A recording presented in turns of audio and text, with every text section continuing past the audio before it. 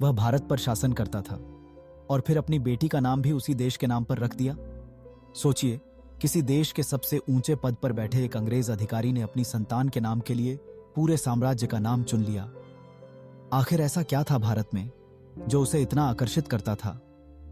क्या यह केवल एक नाम था या इसके पीछे छुपी थी कोई गहरी इच्छा, कोई अनकही कहानी? ब्रिटिश राज के समय भारत सिर्फ एक उपनिवेश नहीं था, यह एक रहस्य, एक आकर्षण और सत्ता का प्रतीक बन गया था। ऐसे में जब लॉर्ड कर्जन जैसे वायसराय ने अपनी बेटी का नाम इंडिया रखा तो यह केवल एक साधारण नामकरण नहीं था। यह एक घोषणा थी कि उसका और उसके परिवार का भारत से एक खास रिश्ता है।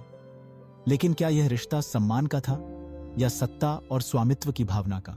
कल्पना कीजिए, उस समय के लंदन के आलीशान ड्राइंग रूम में जब इंडिया नाम पुकारा जाता होगा तो क्या यह ब्रिटिश समाज के लिए गर्व की बात थी या कहीं ना कहीं यह एक सांस्कृतिक जिज्ञासा और औपनिवेशिक जटिलता का संकेत था? आज भी जब हम सुनते हैं कि किसी ने अपनी संतान का नाम किसी देश के नाम पर रखा तो मन में सवाल उठता है, क्या वो देश उनके लिए केवल एक उपलब्धि था या उससे जुड़ी कोई अनकही कहानी? इतिहासकार मानते हैं कि उस दौर में ब्रिटिश अधिकारी भारत को केवल अपने अधिकार क्षेत्र के रूप में नहीं बल्कि एक रहस्यमय, आकर्षक और शक्ति का स्रोत मानते थे। शायद यही वजह थी कि इंडिया नाम अपनी बेटी को देकर एक अधिकारी ने अपनी विरासत को अमर करना चाहा।